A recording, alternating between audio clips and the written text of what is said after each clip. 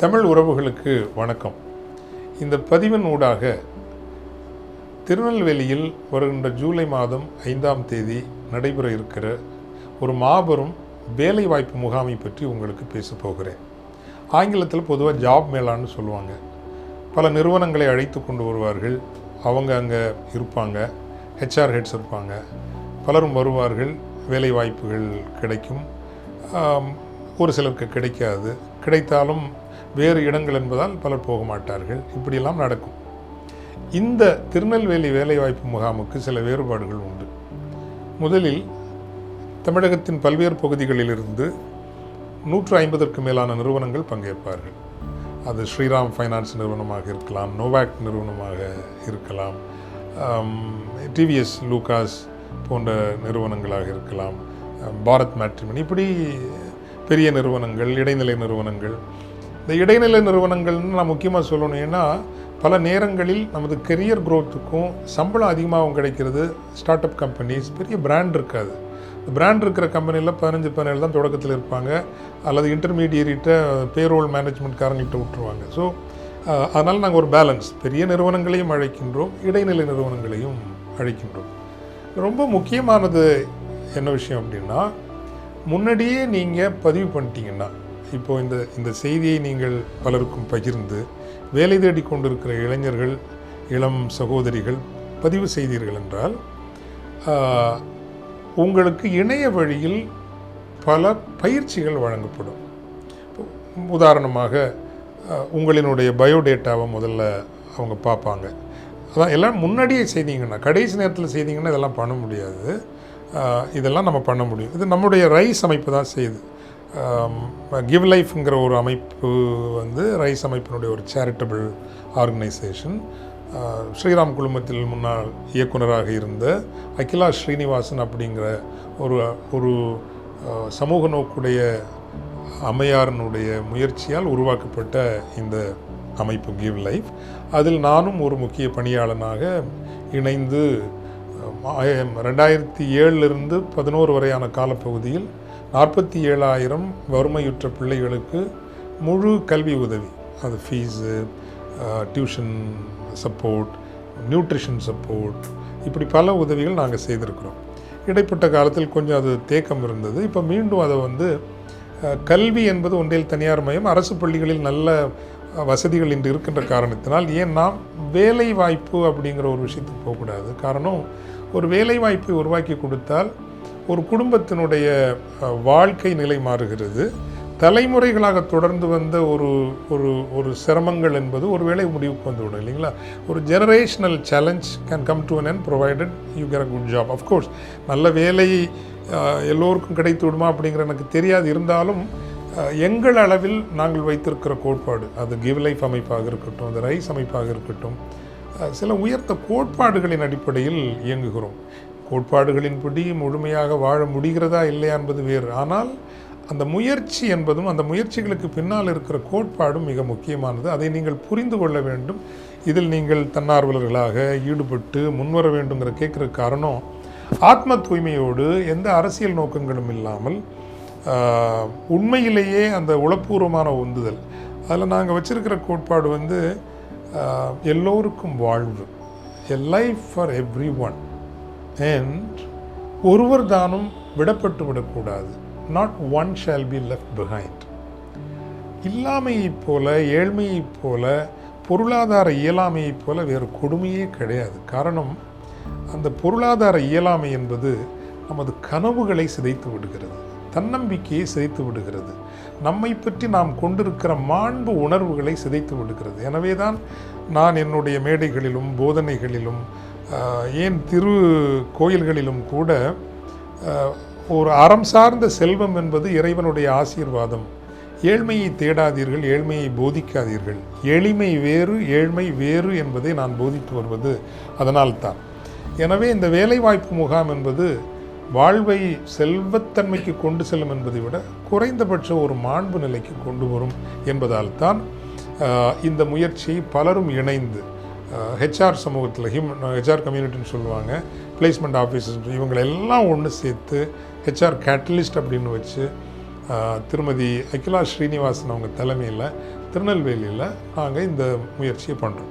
இப்போது இந்த செய்தியை வந்து நீங்கள் வேலை தேடுகின்ற இளைஞர்களுக்கு மட்டுமல்ல, இதை கேட்டுக்கொண்டிருக்கிற நீங்கள் சிறிய அளவில், இடைநிலை அளவில், பெரிய அளவில் நிறுவனங்கள் நடத்தலாம். எங்கள் நோக்கம் புனிதமானது என்கின்ற அடிப்படையில் இந்த வேலைவாய்ப்பு முகாமில் நீங்களும் ஒரு நிறுவனமாக, ஒரு கம்பெனியாக, ஒரு கார்ப்பரேட்டாக நீங்கள் பங்கேற்கலாம். ஏன்னா ஒரு கல்லூரி அல்லது மருத்துவமனை, நர்சஸ் வேணும், ஃபார்மா இது வேணும், லேப் அசிஸ்டன்ஸ் வேணும் அப்படின்னா மருத்துவமனைகள் வரலாம். கல்லூரிகள் உங்களுக்கு பயிற்றுவிக்கின்ற ஆசிரியர் பெருமக்கள் வேண்டும் அப்படின்னா நீங்கள் இந்த வேலைவாய்ப்பு முகாமில் நீங்கள் பங்கேற்கலாம். இன்னொன்று வாலண்டியர்ஸ், தன்னார்வலர்களாக நானும் இதில் இணைய முன்வருகிறேன் அப்படின்னு சொல்லலாம். சிறு சிறு பங்களிப்புகள், ஒரு 10,000 ரூபாய், 50,000 ரூபாய். ஏன்னா இதெல்லாம் ஏதோ பணத்தை வச்சுட்டு நாங்கள் பண்ணுறது கிடையாது. நல்லுள்ளம் கொண்டவருடைய உதவியால் தான் இந்த நன்முயற்சி நடக்கிறது. திருநெல்வேலியில் மட்டும் இல்லை, நவம்பர் மாதம் 1ஆம் தேதி புதுச்சேரியில் பண்ணணும்னு நினைக்கிறோம். அடுத்த ஆண்டு மார்ச் மாதம் மிகப்பெரிய அளவில் உலக அளவிலான நிறுவனங்களையும் இணைத்து, இந்த திருநெல்வேலியில் கூட இப்போது வளைகுடா நாடுகள் இருந்து Dubai, Abu Dhabi, Qatar, Saudi Arabia, Oman, இந்த நாடுகளிலிருந்து ஒரு சில வேலைவாய்ப்புகள், இடைத்தரகர்களின் ஏமாற்றுதல்கள் எல்லாம் இல்லாமல் நேரடியாகவே அந்த நிறுவனங்களை ஒரு சிலரை, ஒரு 10 பேரையாவது கொண்டு வர முடியுமா அப்படின்னு நம்ம முயற்சி பண்ணுறோம். ஸோ இந்த முயற்சிக்கு நீங்கள் உங்கள் நன்கொடைகளால் ஆதரவு வழங்கலாம்.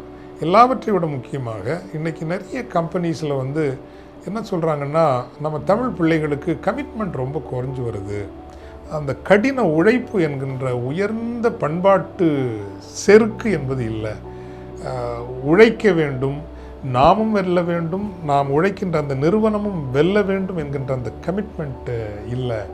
There is definitely a value gap அப்படிங்கிற மாதிரி இன்றைக்கி ஒரு அப்சர்வேஷன் வருது. அப்போது ஒரு சமூகம் உயர வேண்டும் என்றால் அது தன்னுடைய அடிப்படை விழுமியங்கள், வேல்யூ சிஸ்டத்தை கரெக்டாக வச்சுக்கணும். அப்போ தான் அந்த சமூகம் செழிக்க முடியும். வறுமையிலும் செம்மை, கூழானாலும் குளித்து குடி,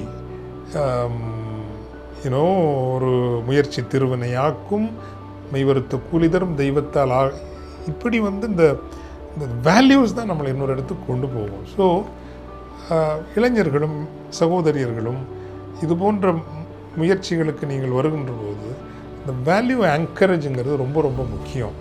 அவ்வகையில் இந்த வேலைவாய்ப்பு முகாம் என்பது ஒரு மாற்றத்திற்கான தொடக்கம். காரணம், இது ஒரு மேளா அல்ல, மாறாக ஒருவருக்கு நாம் பொறுப்பெடுக்கிறோம்.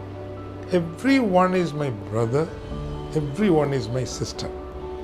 எல்லோரும் என் சகோதரர்கள், சகோதரியர்கள். எல்லோருக்கும் ஒரு வாழ்வு கிடைக்க வேண்டும். A life for every one and a life in all its richness and not one shall be left behind. ஒருவர் தானும் விடப்பட்டு விடக்கூடாது. It's a beautiful idealism, romantic idealism. எல்லோருக்கும் நாம் வாழ்வு கொடுத்து விட முடியுமா? முடியாது. கோடி பேர் என்று வேலை இல்லாமல் இருக்கலாம், கோடி பேருக்கும் வேலை வாய்ப்பு கொடுக்க முடியுமா? முடியாது. ஆனால் நம் சிந்தனையில், எண்ணத்தில், முயற்சிகளில் நாம் எல்லோருக்கும் ஒரு வாழ்வு கொடுக்க வேண்டும், என்னைப் போல் எல்லோரும் உயர வேண்டும் என்கின்ற எண்ணத்தோடு தொடர்ந்து உழைத்து கொண்டே இருந்தோம் என்றால், இன்னொன்று அரசு மட்டுமே எல்லா பிரச்சனைகளையும் தீர்த்த முடியாது, தனியார் நிறுவனங்கள் மட்டுமே எல்லாத்தையும் தீர்க்க முடியாது. ஆனால் சமூகம் நாம் இணைந்து எல்லாரும் நல்லா இருக்கணும் அப்படின்னு ஒரு ஒரு மனநிலையை வளர்த்து கொண்டோம் என்றால், எனக்கு மறக்க முடியாத ஒரு நிகழ்வை நான் சொல்லணும்.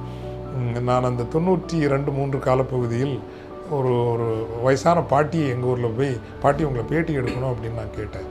அப்போது பேட்டினாலே அவங்களுக்கு என்னென்னு தெரியல. பேட்டின்னா என்னென்னு கேட்டாங்க. நான் சில கேள்வி கேட்பேன், நீங்கள் பதில் சொல்லுங்கள். ராஜா நீ கேட்டால் நான் சொல்லாமல் இருப்பேன், நான் கேளு ராஜா அப்படின்னாங்க. பாட்டி உங்களுக்கு சூப்பர் கம்ப்யூட்டர்னால் என்னென்னு தெரியுமான்னு கேட்டேன். அது நம்ம சூசமரியான் கான்ட்ராக்டரா அப்படின்னு அவங்க கேட்டாங்க. தெரியல. பாட்டி உங்களுக்கு இந்த சதாம் ஹுசேன், ஜார்ஜ் புஷ் எல்லாம் சண்டை பிடிக்கிறாங்களுக்கு, இல்லை சண்டை பிடிக்கிறாங்க சொல்லிக்கிறாங்களே, எங்களுக்கு யாருன்னு தெரியுமான்னு கேட்டேன். அது எந்த நோய்க்குரிய மருந்து ராசா அப்படின்னு கேட்டாங்க. ஸோ சதாம் ஹுசேனும் ஜார்ஜ் புஷும் பாட்டிக்கு ஏதோ நோய்க்குரிய மருந்து அப்படின்னு நினச்சிக்கிட்டாங்க. இப்படி இப்போ சில கேள்வியெல்லாம் கேட்டுட்டு ஒன்றுமே பாட்டிக்கு தெரியல. பாட்டி கேட்டேன், பாட்டி உங்களுக்கு என்ன தான் தெரியும் பாட்டி? ஒன்றுமே தெரியல உங்களுக்கு, என்ன தான் தெரியும் உங்களுக்கு அப்படின்னு கேட்டப்போ அந்த பாட்டி சொன்னாங்க, நான் எந்த பள்ளிக்கூடம் போன ராசா, எனக்கு ஒன்றுமே தெரியாது, எனக்கு தெரிஞ்சதெல்லாம் பசிச்சா கேட்டு வாங்கி சாப்பிட்லாம், ஏன்னா பொய் சொல்லக்கூடாது, யாருக்கும் துரோகம் பண்ணக்கூடாது, எல்லாரும் நல்லா இருக்கணும், இவ்வளோ தான் அவங்களுக்கு தெரிஞ்சது. அதாவது பொய் சொல்லக்கூடாது, ஃபஸ்ட்டாக கேட்டு வாங்கி சாப்பிட்லாம், யாருக்கும் துரோகம் பண்ணக்கூடாது, எல்லாரும் நல்லா இருக்கணும். இந்த எல்லாரும் நல்லா இருக்கணுங்கிறது எனக்கு ரொம்ப பிடிச்ச ஒரு இது. நம்மை போல் எல்லோரும் நன்றாக இருக்க வேண்டும் என்று எண்ணுகிற அந்த உயர்மனம் என்பது ஒரு மாபெரும் சமூகத்தினுடைய ஒரு அடையாளம், குறியீடு அப்படின்னு நினைக்கிறேன். அந்த உணர்வோடு திருநெல்வேலியில் ஜூலை மாதம் 5ஆம் தேதி Francis Xavier engineering college, FX engineering காலேஜ்னு சொல்லுவாங்க, அந்த கல்லூரியில் நடக்கிற ஜாப் ஃபேர், அதில் நீங்கள் எல்லாரும் சேருங்க. வேலை தேடுகின்ற இளைஞர்கள் மட்டுமல்ல, வேலை கொடுக்கின்ற நிறுவனங்கள் மட்டுமல்ல, உதவுவதற்கு தயாராக இருக்கிறவர்களும் நீங்கள் அதில் சேருங்க. எப்படி நீங்கள் அதில் இணைகிறது, எப்படி பதிவு செய்கிறதுங்கிறதுக்கு இணைய வழியில் www.givelives.com GIVELIFES.com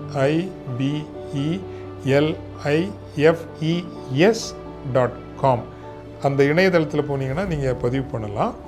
அதே மாதிரி சில தொலைபேசி எண்களும் இங்கே இப்படி உங்களுக்கு போடுவாங்க, நான் பேசுகிறப்பவே உங்களுக்கு இங்கே போட்டு காட்டுவாங்க. இந்த எண்கள் வழியாகவும் நீங்கள் தொடர்பு கொள்ளலாம். திருநெல்வேலியில் ஜூலை 5ஆம் தேதி என்னையும் நீங்கள் சந்திக்கலாம். வாங்க, எல்லாரும் அங்கே சந்திக்கலாம். நன்றி, வணக்கம். மீண்டும் சொல்கிறேன், எ லைஃப் ஃபார் எவ்ரி ஒன், எல்லோருக்கும் வாழ்வு.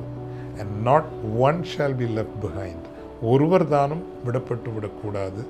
இறையருள் துணை நிற்பதாக, தமிழருள் நம்மை வழிநடத்துவதாக. நன்றி, வணக்கம்.